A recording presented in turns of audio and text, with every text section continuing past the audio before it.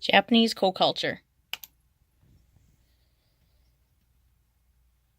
Immigration of the Japanese started in the 1880s when Chinese immigration was prohibited.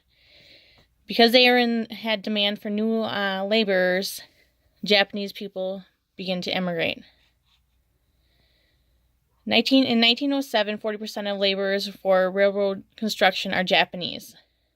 In 1908, the sugar beet industry is competing with the railroad for laborers, therefore, wages are going higher.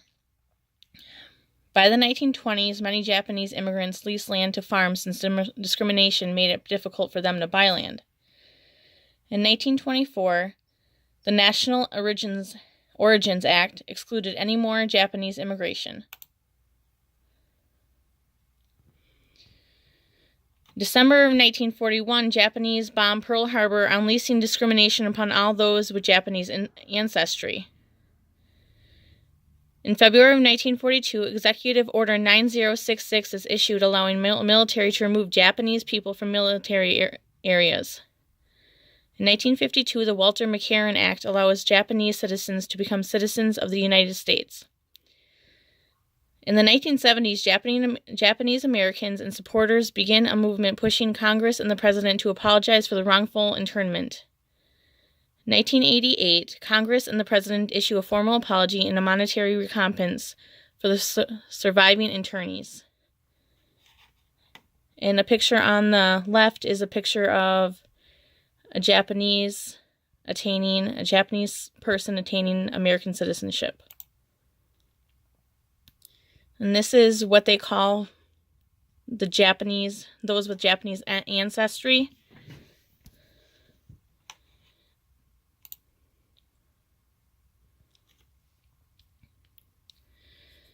The effects of World War II on Japanese Americans was a pretty big deal, and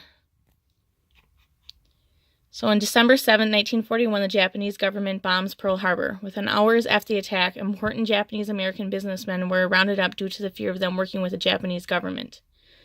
In February of 1942, President Roosevelt put into effect Executive Order 9066, which gave the U.S. military the ability to evacuate all those of Japanese ancestry from military zones, which pretty much ended up being all of the Pacific coast. March 1942, military issues civilian exclusion orders, which stated that those of Japanese ancestry had to be removed much of the Pacific coast and relocated inland. After the exclusion order was placed, the Japanese families had 1 week to liquidate any property they had, which meant they took a huge loss, and register to authorities and report at quickly assembled centers with one suitcase per person. In November 1942, 100,000 Japanese aliens and citizens have been removed from their homes and relocated in camps hundreds of miles away. The imprisonment was met by most of the rest of the United States with approval. The internment camps had no running water, people slept in barracks, and ate in mess halls where food was usually at a shortage. You'll see these pictures here are some of the stuff that the Japanese people went through after World War II. The one on the left is the closing out evacuation sale of a Japanese-owned business, and they usually only had a few days to sell everything they had before they had to be at the assembly center. The one in the middle is internees at a camp taking down the flag in the evening. And then the one on the right is a family waiting for the train to take them to Los Angeles to the camp.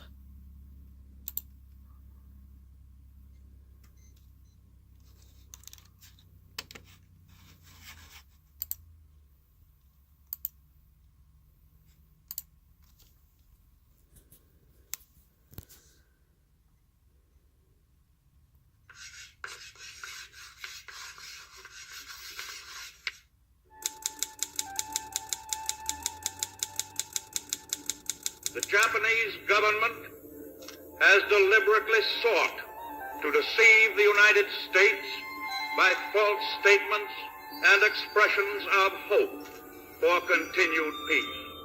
In the uncertain weeks following the Japanese attack at Pearl Harbor, many Americans, particularly those on the Pacific coast, feared additional enemy attack and saw danger around every corner. These fears, coupled with racial prejudice, led to great injustice. Though no real evidence existed, military leaders on the West Coast complained that some members of the large Japanese American communities there could be working with the Japanese military and planning further attacks. The FDR administration was pressed to do something.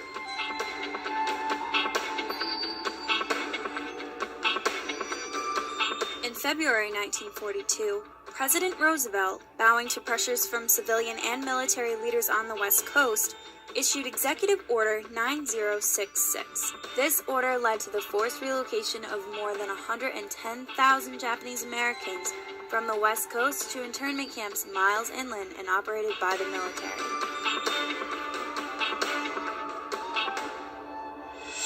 More than 2/3 of those people were native-born American citizens. In the rush of relocation, they were forced to abandon or sell their homes and businesses, leaving behind their friends and communities that they loved. At the time, the Supreme Court upheld the president's order, but 40 years later, in the 1980s, Congress recognized this was wrong and violated the civil liberties of these American citizens. They voted to pay back some of what had been lost by the Japanese Americans. No payment can make up for those lost years. So what is most important in this bill has less to do with property than with honor. For here we admit a wrong.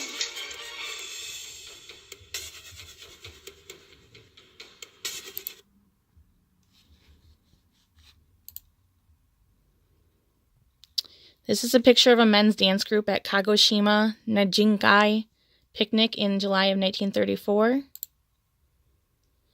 Some of the norms in the Japanese culture is bowing, which is a normal Japanese custom in the way that a handshake is normal in America. The deeper the bow, the more respectful. Removal of shoes when walking into a house is expected. In Japan is a patriarchal society, meaning men rule the domain. Japanese foods in the United States. With the immigration of Japanese people in the early 19th century brought the exotic Japanese food. World War II brought the rising trend of Japanese foods to a halt.